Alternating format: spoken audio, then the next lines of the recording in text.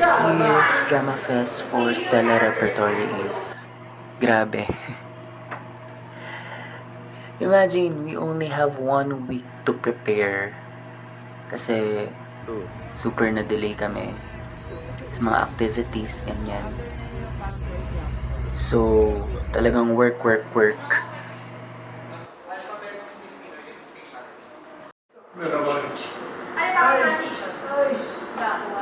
Dito matetest if may mapipiga pa kami, if ano yung mapupull off namin sa loob ng 1 week. Say, mas gasig man sa inyo kunin, ako'y nakapagod din, and But of course, even if we have limited time to prepare, syempre mag-effort pa rin kami. Hindi pwedeng mukhang rush yung kalalabasan. We will make sure na quality pa rin yung maipapakita namin sa audience so that we could still convey the message na gusto naming iparating sa mga tao. This is art and hindi basta-basta ang arts.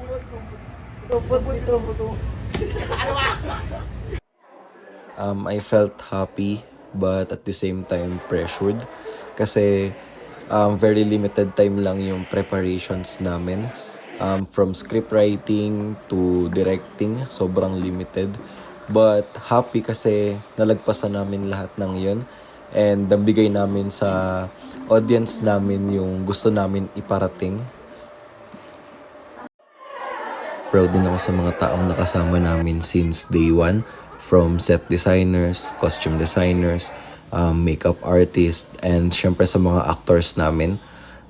Yung tagumpay namin is para sa kanila rin, and syempre para sa mga buong Stellars. This Drama Fest kasi, hindi lang isa yung role ko. Actor, scriptwriter, and assistant director din ako. So, iba't ibang struggles yung na-experience ko this Drama Fest.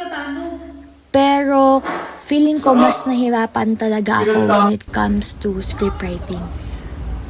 Ang hirap kasi if you're experiencing writer's block. To be honest, nakailang revisions kami dun sa script.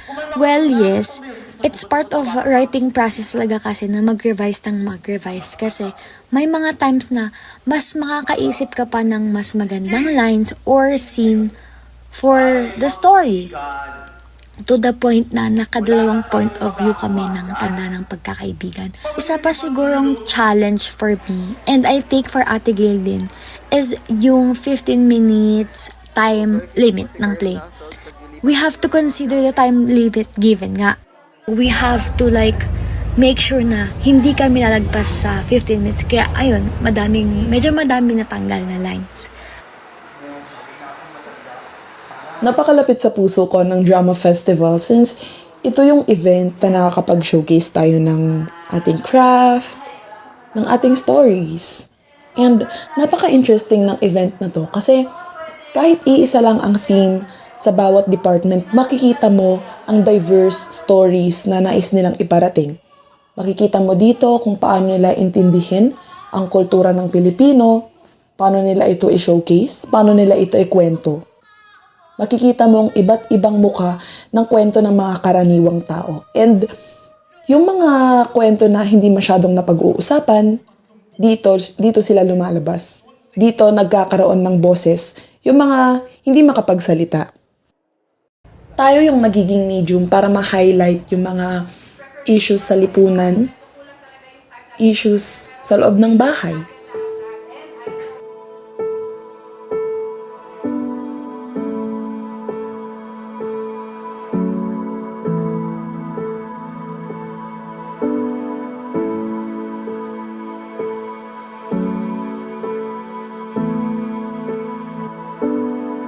Well, we don't perform to impress, but we perform to have an impact.